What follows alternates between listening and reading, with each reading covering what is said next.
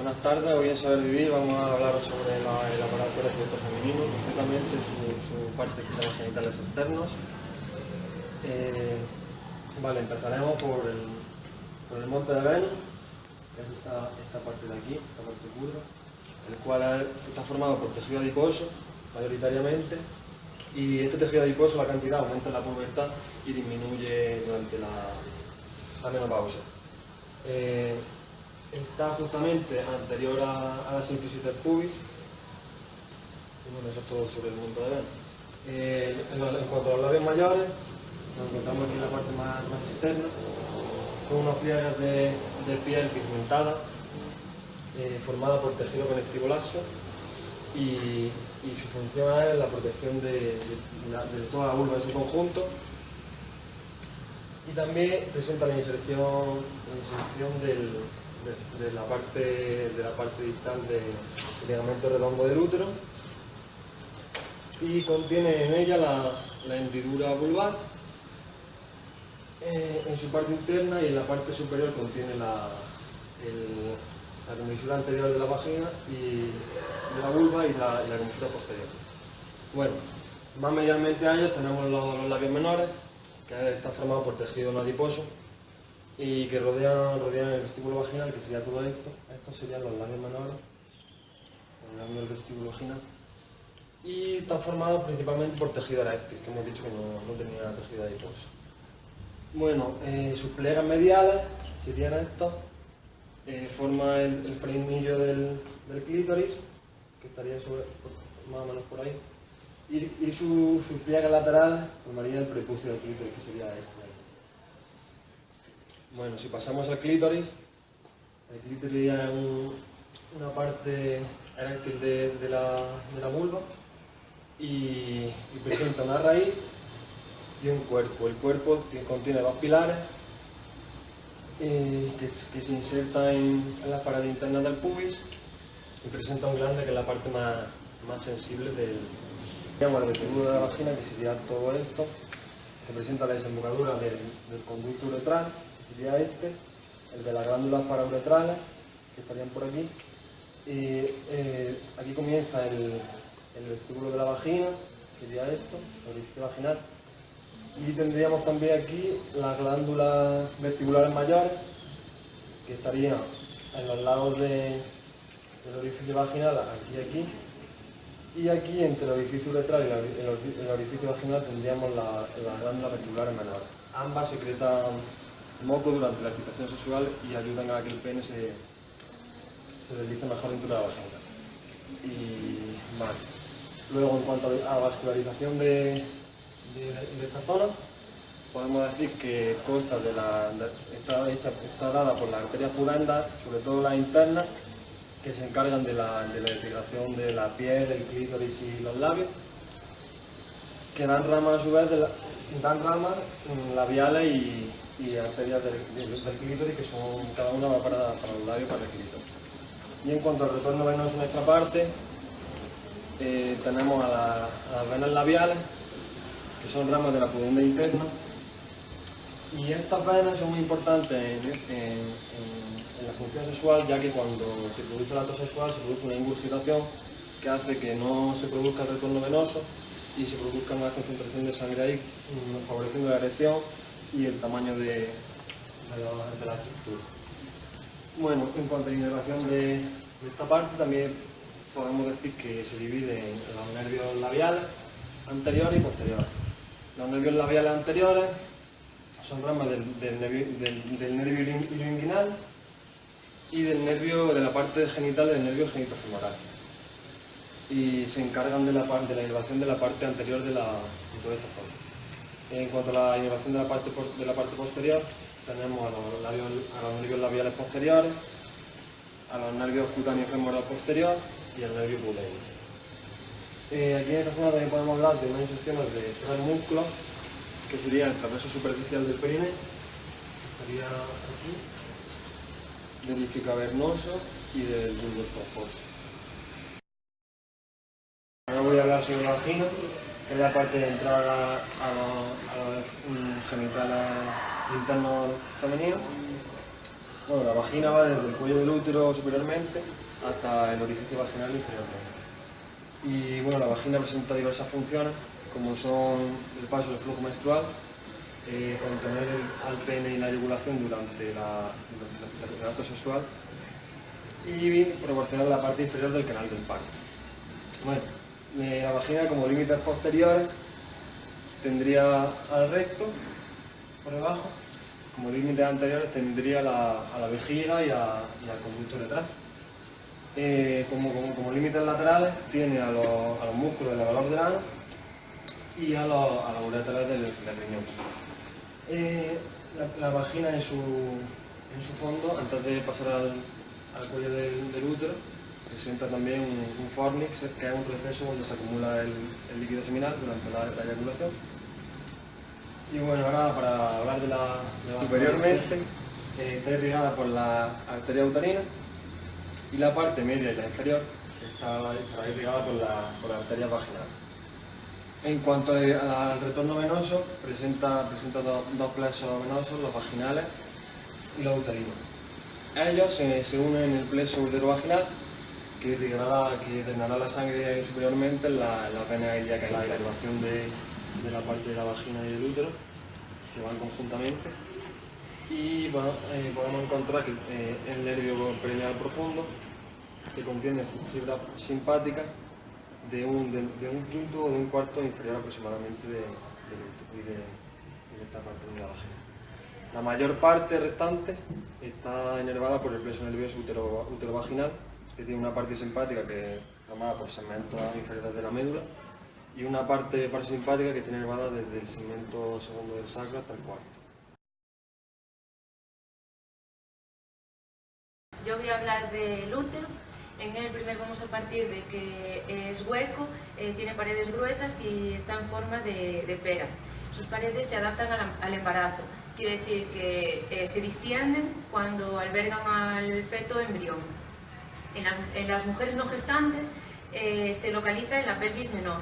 Y luego vamos a tener, bueno, este es el útero, y luego vamos a tener que vamos a hacer una vista lateral en la que vamos a mostrar la inclinación de anteversión y de anteflexión. Vamos a hacer un dibujo en la que esta sería el útero, vale. Esta sería la parte superior, que en la parte superior y respecto a la vagina, antero superior respecto a la vagina, sería la anteversión. Vale, y luego aquí se continuaría con la vagina y trazamos como dos líneas formando un ángulo de 90 grados, que esta flexión sería la anteflexión. En esta posición. Esto tiene relación cuando la vejiga está llena o está vacía. Eso va porque la vejiga se localizaría en una posición aquí. Vale, aquí. Entonces, cuando la vejiga está llena, se mantiene una posición así, más separada. Porque aquí estaría el cuello y aquí estaría la parte del fondo y el cuerpo del útero. Y cuando la vejiga está vacía, lo que pasa es que se pliega. Entonces, estas dos porciones de cuerpo y cuello se mantienen casi de forma horizontal. Vale, ahora vamos a hablar de las partes que tiene el útero. Tenemos que este es el fondo, que mide sobre 2 centímetros aproximadamente. Luego tenemos todo el útero, mide una longitud de 7,5 centímetros. El ancho sería de 5 centímetros. Después tenemos que este sería el cuerpo. Aquí encontraríamos el cuello, que el cuello tiene unas medidas de 2,5 centímetros y es la parte menos móvil de todas las porciones. Luego tenemos el fondo que hemos dicho, la parte interna, el cuello. En el cuello vamos a tener que lo que separa el cuerpo del cuello, en esta porción, que es la porción en la que se estrecha vamos a tener el istmo. Vale. Y luego tenemos una porción supravaginal y una vaginal. La porción supravaginal es la que separa, o sea, es, el istmo, decir primero que mide 1 centímetro de longitud más o menos, y luego la parte supravaginal está entre el istmo y la vagina, o sea, aquí estaría el istmo y aquí está la vagina, en esta porción. Aquí sería la supravaginal. Y luego tendremos la vaginal, que la vaginal son las dos porciones de útero que se imaginan en la vagina. Y entonces esta sería la porción vaginal. Vale. Y este es un resumen como de las porciones todas que tiene el útero. Luego vamos a tener que la cavidad uterina, todo este espacio, va a medir 6 centímetros. Y que es la parte que va a albergar cuando llega el blastocisto, que se implanta en las paredes de dentro. Luego tenemos que la comunicación entre la trompa y la parte interna del útero está dada por los cuernos uterinos, que son esta porción de aquí, que es la porción final de la trompa tubárica. Bien, ahora vamos a hablar de las capas que tiene el útero. El útero va a tener 3 capas. El perimetrio, que es la capa serosa, que es la más externa. Luego tendremos el miometrio, que es la más gruesa, pero que se adelgaza y las paredes se hacen más finas cuando la mujer está embarazada, y es la parte que alberga a los nervios y a los vasos. Y luego tenemos el endometrio, que el endometrio es la mucosa y es la que va a albergar al blastocisto, que es donde se va a implantar para que se desarrolle el embrión y posteriormente el feto. Luego vamos a tener que tenemos los ligamentos. Vale. Vamos a borrar aquí un poco. Vale. Los ligamentos del útero. Tenemos en primer lugar el ligamento del ovario. Que el ligamento del ovario, el propio del ovario, que si tendríamos, por ejemplo, aquí el ovario, sería el que une el útero con el ovario. Este es el propio del ovario. Vale. Luego teníamos el redondo del útero, que el redondo del útero sale del útero, se va a poner en las paredes laterales de la pelvis, va a pasar por el canal inguinal y lo que va a hacer es, se va a implantar, a insertar en los labios mayores. Vale. Estos dos ligamentos tenemos que son los vestigios del gobernáculo ovárico y que lo que hace, interviene en el descenso del ovario. Luego, como más ligamentos, tenemos el ligamento ancho del útero, que es una doble capa y que va desde las paredes del útero hasta el suelo de la pelvis, y que se divide en 3, como mencionaron mis compañeros anteriormente.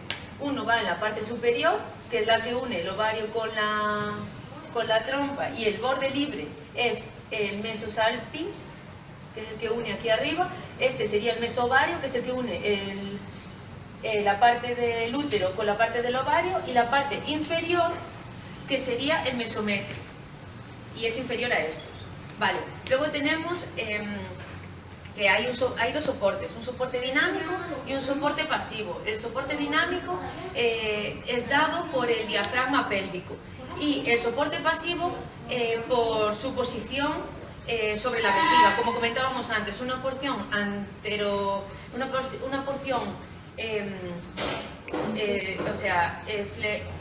anteflexión y anteversión, que son las que va a dar lo de la posición sobre la vejiga del soporte pasivo.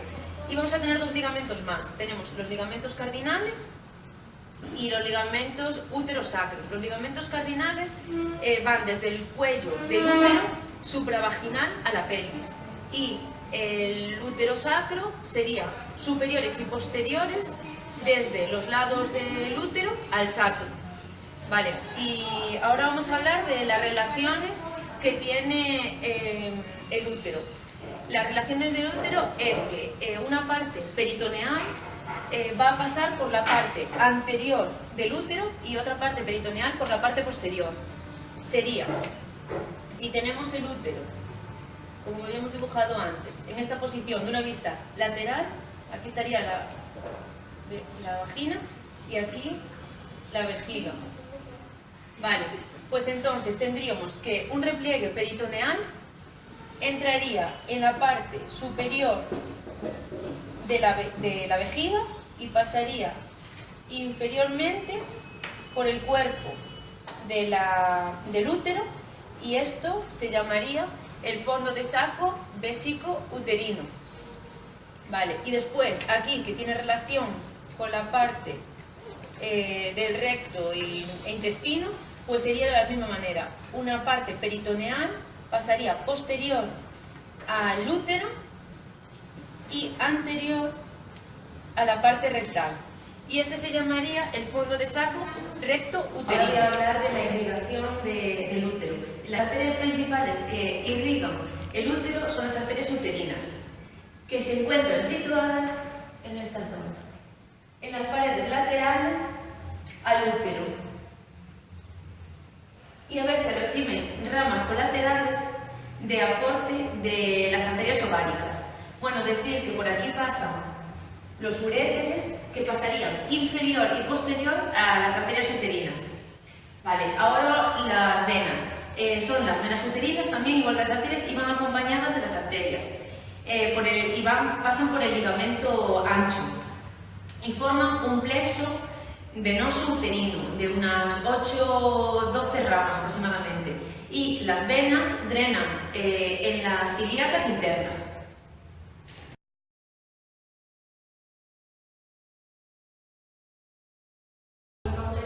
Que son las que conducen a los óvulos desde la cavidad peritoneal periovárica hasta la cavidad uterina. Se extienden lateralmente desde los cuernos del útero hasta los ovarios. Aquí serían los cuernos del útero y aquí llegarían hasta el ovario. Aquí tendríamos el mesosalpis, que ocuparía el borde libre anterior de la trompa tubárica, que forma parte del ligamento ancho. Se extienden posterolateralmente hacia las paredes de la pelvis y se arquean anterior y superior a los ovarios sobre el ligamento ancho. Tiene 4 porciones la trompa tubárica. Esta sería la primera. Esta sería la porción del infundíbulo, que es el extremo rectal y donde se encuentra el orificio de la abertura de la trompa uterina. Tiene diversas franjas y una de ellas es la que une con el ovario, que sería la franja ovárica, como dice el propio nombre. Se extienden sobre la cara medial del ovario. La ampolla sería la otra porción, que es donde se produce la fecundidad, es la porción más ancha y larga de toda la trompa. El istmo, que lo encontramos ya aquí, sería otra porción, que es la que tiene las paredes más gruesas, que entran ya en el cuerno uterino. Y luego, por último, tenemos la porción uterina, que sería esta de aquí, que es un corto segmento que pasa por la pared del útero y ya desemboca en lo que es la cavidad uterina. En cuanto a la irrigación, está dada principalmente por la arteria ovárica y por la arteria uterina ascendente. La arteria ovárica es rama de la arteria abdominal y desciende por la pared lateral del abdomen y entra con los ligamentos suspensorios del ovario, que va a pasar por las caras laterales del ovario y de la trompa, o sea, vendría como por aquí. Por aquí entraría. Luego tenemos la arteria ascendente del útero, que va a ascender propiamente por las caras laterales y alcanza las caras mediales de la trompa y los ovarios. Vendría por aquí, para alcanzar esa zona. Ya en este sitio se bifurcaría en rama uterina y tubárica. El drenaje venoso va a estar dado principalmente por la arteria ovárica, que van a formar el pleso venoso pampiliforme en el ligamento ancho. Estas venas suelen unirse o fusionarse para crear una sola vena ovárica. La vena ovárica derecha va a drenar directamente la vena cava inferior y la arteria ovárica izquierda va a ir a la vena renal izquierda. Las venas tubáricas, su drenaje que va a ser a través de la vena ovárica y por el plexo venoso uterino. Cuanto a la inervación, los nervios discurren junto con los vasos ováricos desde el plexo ovárico uterino. Las fibras aferentes viscerales de la sensibilidad dolorosa discurren con las fibras simpáticas desde el plexo ovárico y los nervios esplánicos hasta los cuerpos celulares de los ganglios sensitivos de los nervios espinales entre el T11 y el L1. Y las fibras aferentes viscerales reflejas discurren junto con las fibras parasimpáticas a través del plexo hipogástrico inferior y uterino y los nervios esplánicos, hasta los cuerpos celulares en los ganglios sensitivos de los nervios esplánicos entre S2 y S4. Los ovarios son las gónadas femeninas que están situados en la fosita ovárica posterior a las trompas. Tiene una medida de 3,75 de alto y 1,25 de ancho, y tiene el tamaño y la forma de una almendra. También son glándulas endocrinas que van a producir las hormonas femeninas que producen los estrógenos. Vale. Ahora vamos a hablar de las caras y los polos que tiene el ovario. Para empezar, el ovario, como ya dije antes, que estaba situado posterior a las trompas, va a tener su cara medial, que va a estar comunicada con las trompas, y su cara lateral, que va a estar comunicado con la pelvis. Después tiene su polo superior, que va a estar viendo hacia la cara posterior de la pelvis, y su polo inferior, del que va a salir el ligamento propio del ovario, que se va a comunicar con el útero. Ahora vamos a dividir el ovario en capas externas y capas internas. La capa más externa que tiene el ovario es el mesotelio ovárico.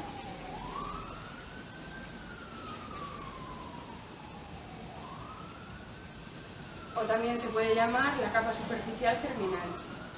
Por debajo de este mesotelio vamos a tener la túnica tuclínea.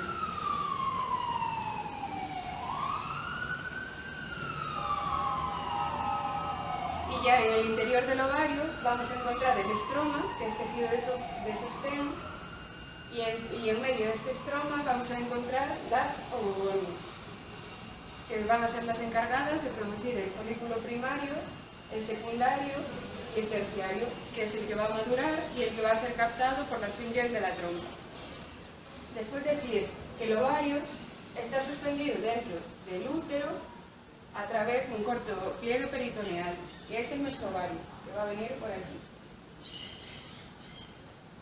El mesovario va a estar formado por el ligamento ancho, que tiene dos partes más, que son el mesosalpinx, que va en el borde libre anterior de la trompa, y el mesometrio, que es el que comunica la pared lateral del útero al ovario. Para terminar, decir que los vasos sanguíneos, vasos linfáticos y los nervios del ovario van a penetrar en el útero a través del ligamento suspensorio del ovario, que viene anterior a las trompas y superolateral.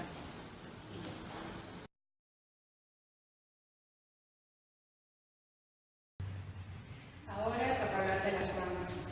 La mama es la elevación superficial más destacada de la pared anterior del tórax.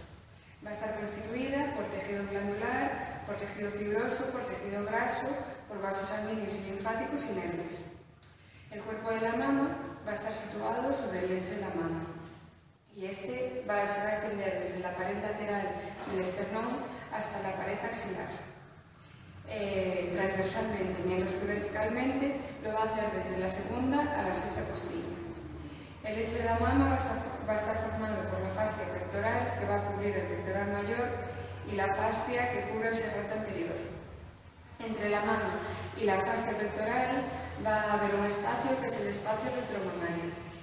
En este espacio va a haber tejido graso, que es el que va a permitir la movilidad de la mama. Una pequeña porción del tejido glandular de la glándula mamaria se va a dirigir a la zona axilar y va a formar el proceso axilar. Ahora la glándula mamaria, es decir, que es una glándula sudorípara modificada que no va a tener ni vaina ni cápsula. va a estar situado en el tejido subcutáneo y va a cubrir el músculo pectoral mayor y menor. Estas glándulas mamarias va a tener en su cubierta externa va a tener unos ligamentos suspensorios que son los que van a unir la glándula mamaria con la dermis, y estos estarían situados así. Entre cada ligamento suspensorio va a haber tejido fibroso que va a formar los glóbulos de tejido adiposo, que van a estar sostenidos por los ligamentos suspensorios. En la parte interna de la mama vamos a encontrar los conductos galactóforos, que estos se van a dirigir hacia la parte más interna de la mama para dar lugar a los lóbulos de la glándula mamaria. Y esto va a constituir el parénquima de la mama, que es la parte funcional. Ahora, entre cada conducto galactóforo, que viene así, va a haber en los laterales unas porciones dilatadas que van a ser los senos galactóforos, que son los que van a contener la leche materna. Tenemos como una prominencia cónica muy dilatada en la parte más saliente de la mama, que va a ser el pezón, que va a tener un orificio por donde van a desembocar los conductos galactóforos y por donde va a salir la leche materna. Alrededor del pezón vamos a tener una piel pigmentada que va a ser la lágrima, es decir, que la mama va a estar irrigada por las ramas intercostales anteriores que vienen de la arteria torácica interna, de la arteria torácica lateral y toracoabdominal que vienen de la arteria axilar y de las arterias intercostales posteriores que vienen directamente de la arteria torácica. En cuanto al drenaje, podemos decir que está dado por la vena axilar, que también va a drenar en la vena torácica interna. Para la inervación tenemos que va a estar dada por los ramos cutáneos anteriores y laterales de los nervios intercostales cuarto y sexto.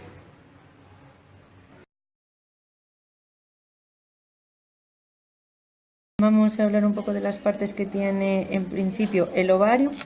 El ovario va a tener una capa más externa, que es la corteza, que va a contener el estroma y va a tener más superficial el tejido germinativo.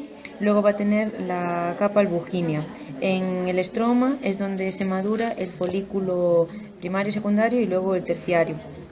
Luego tenemos la parte más interna, que es la de la médula, que ahí es donde vamos a albergar a vasos y nervios. Vale. Aquí sería una porción abierta. Lo cerramos. Vale, el ovario mide de longitud 3,75 y de ancho 1,25. Vale, tenemos que tiene dos polos, que es el polo superior, que sería este, y el polo inferior, que sería este. El polo superior tiene ligamento suspensorio, que es por donde pasan los vasos y nervios, y este, que sería el que une con el útero, que es el propio del ovario, el ligamento propio del ovario. Vale.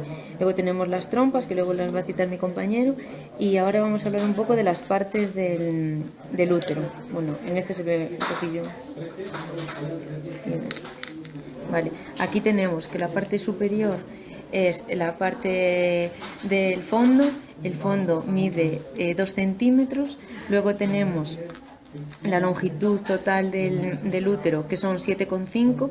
El ancho son 5 centímetros. Y luego por partes tenemos, como habíamos dicho, el fondo, el cuerpo y luego aquí abajo el cuello. En el cuello tenemos el cuello mide de longitud 2,5 centímetros. Luego tenemos que entre el cuello y el cuerpo, el istmo, que mide 1 centímetro. Vale, luego las partes del cuello tenemos la supravaginal y la infravaginal. La supravaginal se encuentra entre el cuerpo y el istmo. Y la vaginal son la invaginación, que sería como esta, que penetraría en la parte de la vagina. Vale, ahora vamos a ver las partes internas del útero. Internamente tenemos que de externo a interno, las partes del útero serían: la parte más externa es el perimetrio,